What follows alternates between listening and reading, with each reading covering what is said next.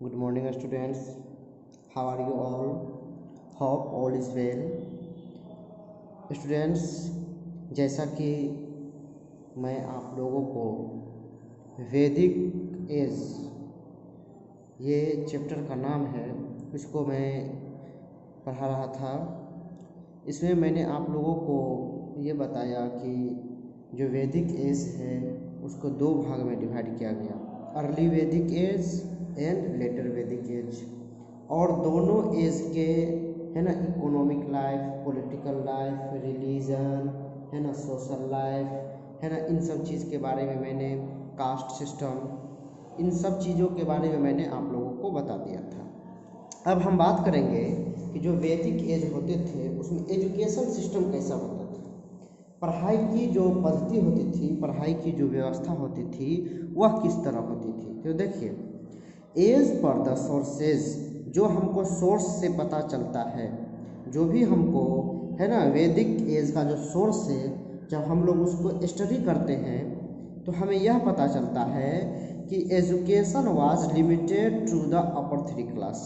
जैसे कि मैंने आप लोगों को बताया था कि 4 क्लास में मतलब जो है सो है ना 4 जाति में बांटा गया था लोगों को, ब्राह्मण, क्षत्रिय है ना और शूद्र, ठीक है, वैश्य। तो ब्राह्मण, क्षत्रिय, वैश्य, ये 3 जाति के लोग ही सिर्फ एजुकेशन प्राप्त करते थे। और जो चौथे जाति होते थे शूद्र है ना, तो उसको लोग पढ़ने के लायक नहीं समझते थे, उससे लोग जो है अपना काम कराते थे, अपने घरों के अंदर नौकरी चाकरी, झाड़ू पोछा, ये सब का काम कराते थे, और वो लोग एजुकेशन हासिल नहीं करते थे, पढ़ाई नहीं करते थे। The system of education that was prevalent among the Aryans was Gurukul system. अब आर्यंस के समय जो वैदिक एज में एजुकेशन का जो सिस्टम चलता था वह कैसा सिस्टम प्रचलित था, गुरुकुल सिस्टम। एजुकेशन का गुरुकुल सिस्टम बहुत प्रचलित था और उसी तरह के एजुकेशन सिस्टम होते थे। गुरुकुल सिस्टम के अंतर्गत क्या होता था, द टीचर और द गुरु, टीचर को क्या कहा जाता था, गुरु, लिव्ड इन आश्रम, गुरु जो होते थे टीचर वह कहाँ रहते थे, आश्रम में, which was often isolated with in the forest, और वह आश्रम कहाँ होता था, जंगल में होता था, है ना। गुरु रहते थे आश्रम में और वह आश्रम कहाँ होता था, जंगल में होता था। विच वाज, अच्छा, द है ना, the pupil once accepted by the teacher had to stay within the आश्रम।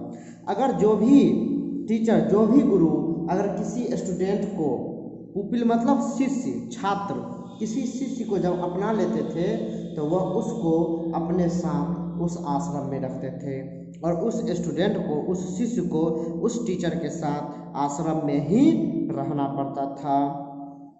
The teacher taught the student and in return the students had to serve his teacher and help his various tasks।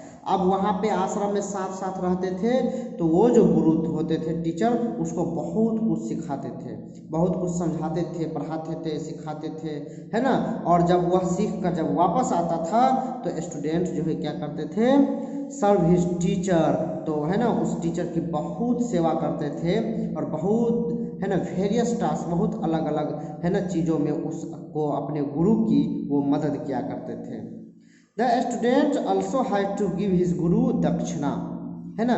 अब जब student को वह गुरु पूरी तरह सिखाकर परिपक्व कर देते थे, जब पूरे चीज़ों को सिखा देते थे तो स्टूडेंट उसको दक्षिणा देते थे, दक्षिणा, गुरु दक्षिणा देते थे। उस दक्षिणा में क्या मिलता था, है ना, फॉर इम्पार्टिंग, है ना, दक्षिणा देते थे किसके लिए, तो अपने नॉलेज को, अपने नॉलेज और अपने बुद्धि को बढ़ाने के लिए वह अपने गुरु को दक्षिणा देते थे। Knowledge was passed on orally. अब देखो उस समय लिखने की कोई पद्धति नहीं चलती थी तो नॉलेज को ओरली पास किया जाता था। जो टीचर होते थे वह स्टूडेंट को, पुपिल को, शिष्य को है ना मुंह से सिखाते थे, बोलकर उसको सिखाते थे, याद करवाते थे।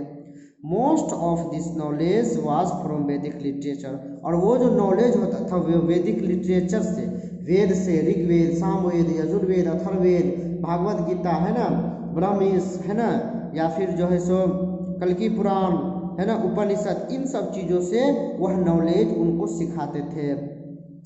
स्टूडेंट्स वेयर टॉट, अब स्टूडेंट ग्रामर भी सीखता था। कौन grammar? Sanskrit grammar, philosophy, medicine, astronomy, art of warfare, है ना, रिलीजन, इटीसी, इन सब चीज़ के सिर्फ वह संस्कृत पढ़ के या वेद पढ़ के नहीं आ जाता था, वह फिलोसफी हो गया, मेडिसिन, दवा के बारे में, है ना, एस्ट्रोनॉमी, आर्ट ऑफ वॉरफेयर, है ना, युद्ध किस तरह किया जाता है, रिलीजन, इन सब के चीज़ के बारे में भी वो लोग एजुकेशन हासिल करते थे। अपर कास्ट गर्ल्स कुड, अब देखो ये आश्रम में जो जाते थे तो सिर्फ मैन जाते थे, सिर्फ बॉय, लड़का, लड़के आश्रम में नहीं जाते थे। और अपर कास्ट के जो गर्ल्स होते थे वह घर के अंदर ही रहकर एजुकेशन हासिल करते थे। पार्टिकुलरली, खासकर वह लोग आर्ट जैसे सिंगिंग, डांसिंग, इन सब चीज़ों को सीखा करते थे। तो यह एजुकेशन सिस्टम था जो वैदिक एज में चलता था। आप इस चित्र के जरिए देख सकते हैं कि इस चित्र में, है ना, आपको जो जो रेड रेड ये दिखाई दे रहा है, यह सब जो वैदिक सेटलमेंट है, वैदिक जगह है, यहाँ पे वैदिक, है ना, सेटलमेंट पाया जाता था। अब चलिए हम लोग बात करते हैं understanding culture through Graves and burials. उस जमाने का वैदिक एज के कल्चर को हम लोग समझने की कोशिश करते हैं। किसके जरिए? ग्रेव, कब्र के जरिए, है ना, और ब्यूरियल, जो खुदाई किया जाता था, जो गड्ढे को खुदाई किया जाता था, कब्र को खुदाई किया जाता था, और उनसे जो चीज़ निकलता था, उन चीज़ों से हम लोग पता करेंगे कि उस जमाने की कल्चर कैसी होती थी। Many important changes took place in various regions when Rigveda was being composed in the northwest part of Indian subcontinent। जब ऋग्वेद को नॉर्थ वेस्ट पार्ट में, इंडियन कॉन्टिनेंट के नॉर्थ वेस्ट पार्ट में जब लिखना शुरू किया गया, ऋग्वेद को जब लिखना शुरू किया गया तो बहुत चेंजिंग देखने को मिला, बहुत बड़ी चेंज आया।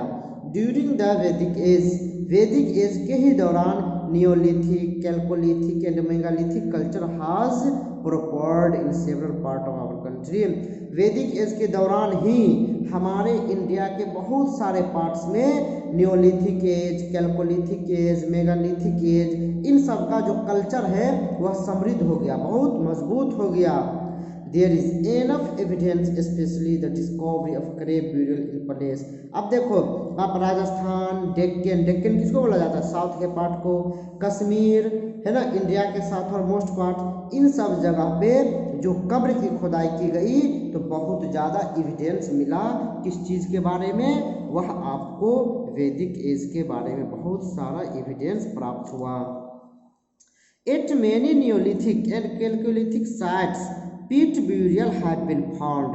बहुत ही नियोलिथिक और कैल्कोलिथिक साइट की जब वहाँ पे जब खुदाई किया गया तो वहाँ पे पीट ब्यूरियल मतलब गड्ढे टाइप का वह क्या था? कब्र था, है ना, वह मिला।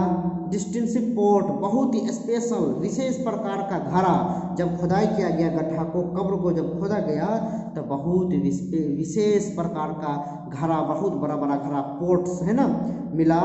Which are called black and red ware, और वो जो पोर्ट मिला उसको ब्लैक एंड रेड वेयर कहा जाता है ना। कहाँ से प्राप्त हुआ? From the burial sites with the bodies, जब, है ना, उसके, है ना, गड्ढे को, कब्र को जब खोदा गया तो वहाँ से ये सब चीज़ प्राप्त हुआ। Some of these pots and urns, एक पोट्स होता है, एक अर्न्स होता है। तो अर्न्स बोलते हैं केतली, आप लोग जानते होंगे, चाय रखने वाला केतली होता है, तो उसके शेप का एक बहुत बड़ा, है ना, पोर्ट हुआ करता था, उसे हम लोग उर्स कहते हैं। जब इन साइट्स को खुदाई की गई तो वहाँ पे पोर्ट्स और उर्स देखने को मिले।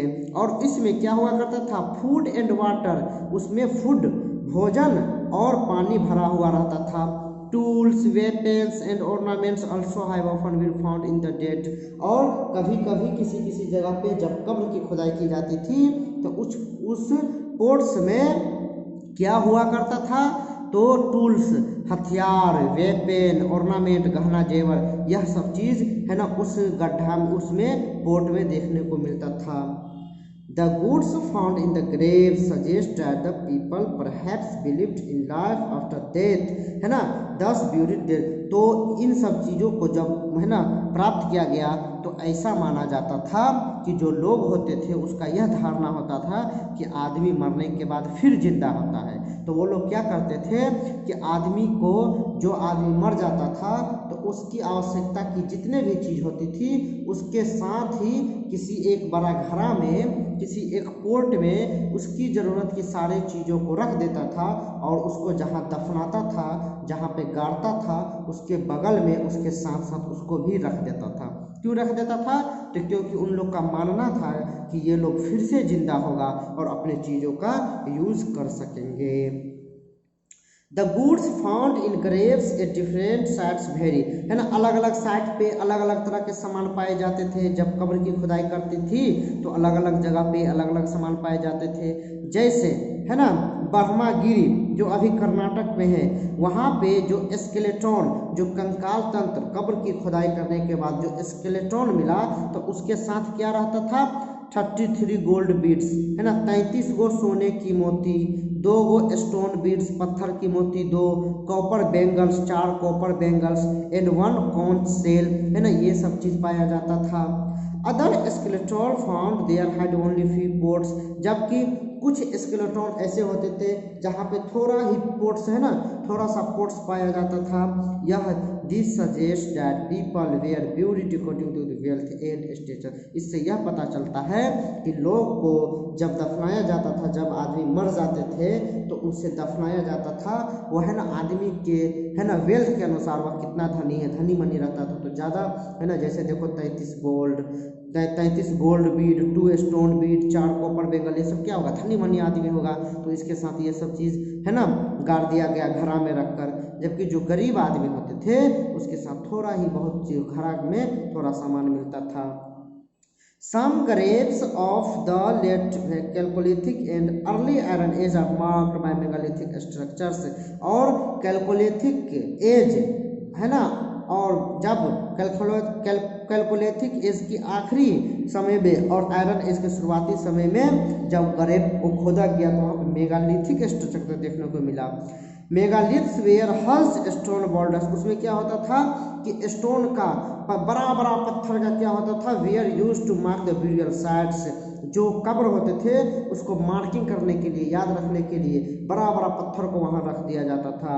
This practice of erecting megalithism began, है ना, 33,000 ईयर्स एगो, यह चीज 3,000 साल पहले देखने को मिलता था।